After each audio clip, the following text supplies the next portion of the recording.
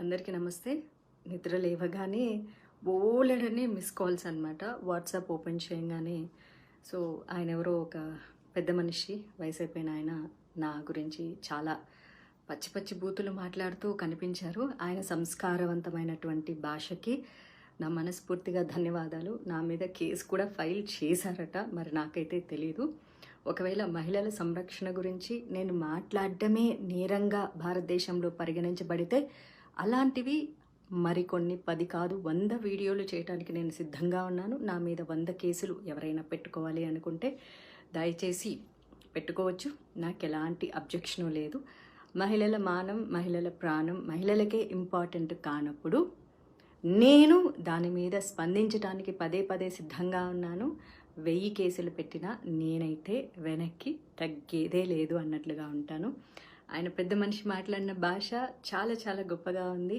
వాళ్ళ తాడిపత్రి మహిళలు పతివ్రతలు, పక్క ఊర్లో ఉన్న వాళ్ళందరూ పతితలు అని మాట్లాడిన ఆయన గొప్ప భాషకి, గొప్ప సంస్కారానికి, అలాగే తాడిపత్రిలో ఉండే ప్రతి పతివ్రతకి, వారిని సమర్థిస్తున్నటువంటి ప్రతి పురుషుడికి కూడా మనస్ఫూర్తిగా ధన్యవాదాలు. కాకపోతే ఆ ఊరి మహిళలకు కానీ, ఆ ఊరి పురుషులకు కానీ, పాపం వాళ్ళు ఏమి అనలేదు నన్ను. ఈయన చెప్పారనమాట, మా ఊరి మహిళలు అని చెప్పేసి. మరి నేను కూడా మహిళే కదా, నేనేమన్నా ఒక్క బూతు మాట మాట్లాడడం జరిగిందా? పోనీ ఆ పెద్ద మనిషి పేరైనా తీయడం జరిగిందా? అసలు ఆయన ఎవరో కూడా నాకు తెలియదు. ఇప్పుడు నేను తెల్లారి చూసే వరకు కూడా ఆడేదో జేసీ పార్క్ అన్నానా, జేసీ పార్క్ ఆయన కట్టించుకున్నదన్న సంగతి కూడా నాకేం తెలుసు. మరి ఏమీ తెలియకుండా ఎలా మాట్లాడతాం మా ఊరి చరిత్ర అని అంటున్నారు. తాడిపత్రే కాదు, ప్రతి ఊరికి ఓ గొప్ప చరిత్ర ఉంటుంది. తాడిపత్రి గొప్ప చరిత్ర అన్నది హిస్టరీకి సంబంధించింది అయితే, గాంజా, సిగరెట్టు, మందు, డ్రగ్స్ అన్నవి నేర చరిత్రలకు సంబంధించినవి. కాబట్టి నేరానికి ఊరి యొక్క చరిత్రలకు సంబంధం ఉండదు.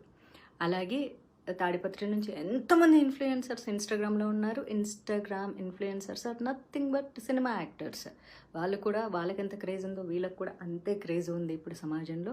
మరి తెర మీద కనిపించే వాళ్ళందరూ ప్రాస్టిట్యూట్లు అని ఆయన అన్నారు. కాబట్టి దయచేసి తాడిపత్రి నుంచి ఎవరెవరైతే తెర మీద కనిపిస్తున్నారో, భవిష్యత్తులో సినిమా రంగంలోకి రావాలనుకుంటున్నారో, అమ్మ దయచేసి మీ అందరికీ రిక్వెస్ట్ చేస్తాను, ఎవరు రావద్దు. సినిమా ఇండస్ట్రీలో కేవలం ప్రాస్టిట్యూట్లు మాత్రమే ఉంటారు. మీ జేసీ ప్రభాకర్ రెడ్డి గారు చెప్పినట్లు తెర మీద కనిపించే మహిళలందరూ క్యారెక్టర్లెస్గా ఉంటారు, చాలా చాలా తప్పుగా ఉంటారు, గబ్బు గలీజ్ పనులు చేస్తుంటారు. కాబట్టి తాడిపత్రిలో ఉన్న వాళ్ళ మహిళలందరూ కూడా పతివ్రతలు. కాబట్టి దయచేసి ఎవ్వరూ కూడా తెర మీద కనిపించొద్దు.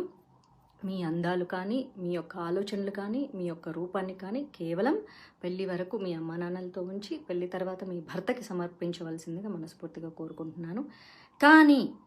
కానీ తాడిపత్రిలో ఉండే మహిళలకు స్వేచ్ఛ కావాలి. డీజే కొట్టుకోవాలి, 1 o'clock వరకు డాన్సులు చేయాలి, స్వతంత్రం కావాలి, అన్నీ కావాలి. ఏదైనా సరే ఆ ఊర్లోనే జరగాలి. కాబట్టి ఆ ఊరి వరకే ఉంచుకోండి. దయచేసి ఎవరెవరైతే భవిష్యత్తులో తాడిపత్రి నుంచి సినిమా ఇండస్ట్రీలోకి రావాలనుకుంటున్నారో, ఐఎమ్ రిపీటింగ్, భవిష్యత్తులో ఎవరెవరైతే అమ్మాయిల సినిమా రంగంలోకి రావాలనుకుంటున్నారో, ఇన్స్టాగ్రామ్ ఇన్ఫ్లుయెన్సర్గా ఉండాలి అనుకుంటున్నారో, లేకపోతే సీరియల్ యాక్టర్లు అవ్వాలనుకుంటున్నారో, మోడలింగ్ అవ్వాలనుకుంటున్నారు, దయచేసి రావద్దమ్మా. సినిమా ఇండస్ట్రీలో ఉండేవాళ్ళు ప్రాస్టిట్యూట్స్. కాబట్టి తెర మీద కనిపించేటటువంటి అంశాన్ని మీరు వెనక్కి తీసుకొని తాడిపత్రిలో పవిత్రంగా బతకాలని చెప్పేసి తాడిపత్రి మహిళలకి, వారి యొక్క అన్నదమ్ములకి, తల్లిదండ్రులకి, భర్తలకి, బాయ్ ఫ్రెండ్స్కి అందరికీ నా మనవి, జేసీ గారి మాట వినండి. తెర మీదకి ఎవ్వరూ మహిళలు కనిపించవద్దు. మీరు ఏ పార్టీలు చేసుకున్నా, ఏ డీజేలు కొట్టుకున్నా, ఏ అర్ధరాత్రి వరకు ఎగిరినా, ఏ స్వతంత్రాన్నైనా సరే తాడిపత్రిలో మాత్రమే చేసుకోండి. మీరు ఎప్పటికీ పతివ్రతల్లాగా ఉండాలని. బయట ఊర్లలో ఉండేవాళ్ళు ఎవరు పతివ్రతలు కాదు, పతితలు అని చెప్పేసి, అందులోనూ సినిమా ఇండస్ట్రీలో ఉండేవాళ్ళు ప్రాస్టిట్యూట్లు. కాబట్టి నేను సినిమా ఇండస్ట్రీలో ఉన్నానే, ఆయన అలాంటి పదజాలాన్ని ఉపయోగించారు. చాలా సంతోషం పెద్ద మనిషి గారు, చాలా చాలా సంతోషం అండి. అయితే జేసీ అస్మిత్ రెడ్డి గారు తాడిపత్రి ఎమ్మెల్యే అంట. ఆయన గురించి నేను బాగా విన్నాను. Is very youngster, very nice person, చాలా పొలైట్గా మాట్లాడతారట. కాకపోతే సొంత తండ్రి అంత దారుణంగా మాట్లాడుతుంటే ఆయన కూడా ఖండించలేని పరిస్థితులు ఉండింటారు. కాకపోతే మీకు కూడా సినిమా ఇండస్ట్రీలతో చాలా మంచి సంబంధాలు ఉన్నాయి. అస్మిత్ రెడ్డి గారి వాళ్ళ బ్రదర్కి అయితే సినిమా ఇండస్ట్రీతో చాలా మంచి సాన్నిహిత్యాలు ఉన్నాయి. కాబట్టి మీకు కూడా బయట మీ తండ్రి గారు మాట్లాడినటువంటి భాష మీరు మాట్లాడరు అని కూడా నేను వినడం జరిగింది. ఏదైతేనేమి జేసీ గారికి సమర్థిస్తున్నటువంటి సైకోపాత్స్ అందరికీ కూడా మనస్ఫూర్తిగా ధన్యవాదాలు. నేనైతే భయపడట్లేదు. భయం అంటే ఏంటో కూడా నాకు తెలియదు. ఎందుకంటే పుట్టడం సహజం, మరణించడం కూడా సహజం. మధ్యలో జరిగేవన్నీ మన కర్మల్ని బేస్ చేసుకునే ఉంటాయి. కాబట్టి నన్ను మీరు కిడ్నాప్ చేయాలనుకుంటే చేసుకోవచ్చు, లేకపోతే మీరు చెప్పినటువంటిది ఏదైనా మర్డర్ చేస్తారంటే కూడా చేసుకోవచ్చు. ఎందుకంటే నా తలరాతలో ఏం రాసి ఉంటే అది జరుగుతుంది తప్ప నా తలరాతలో రాయింది ఏది జరగదు.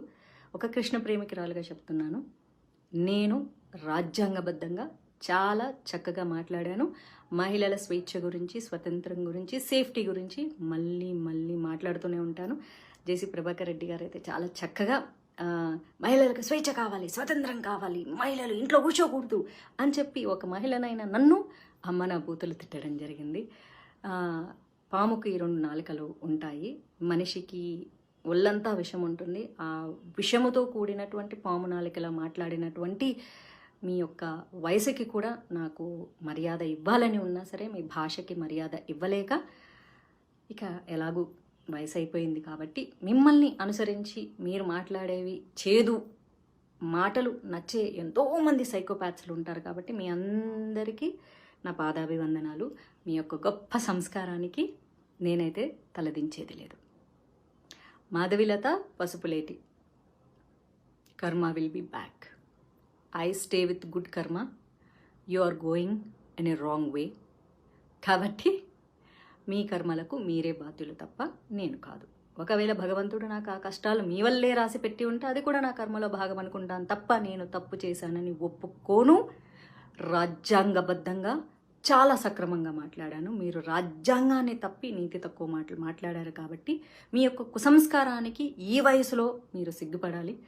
మీ భార్య కానీ, మీ ఇంట్లో ఆడవాళ్ళు కానీ, మీ కోడల్లో కూతుర్లో మరి మీ యొక్క భాషని వారు సమర్థిస్తున్నందుకు ఆ మహిళా మహారాణులకు పాదాభివందనాలు. కాకపోతే మిమ్మల్ని ఏమీ అనలేక వాళ్ళు మౌనంగా రోధిస్తున్నందుకు వాళ్ళ రోదనకు నా సంతాపం.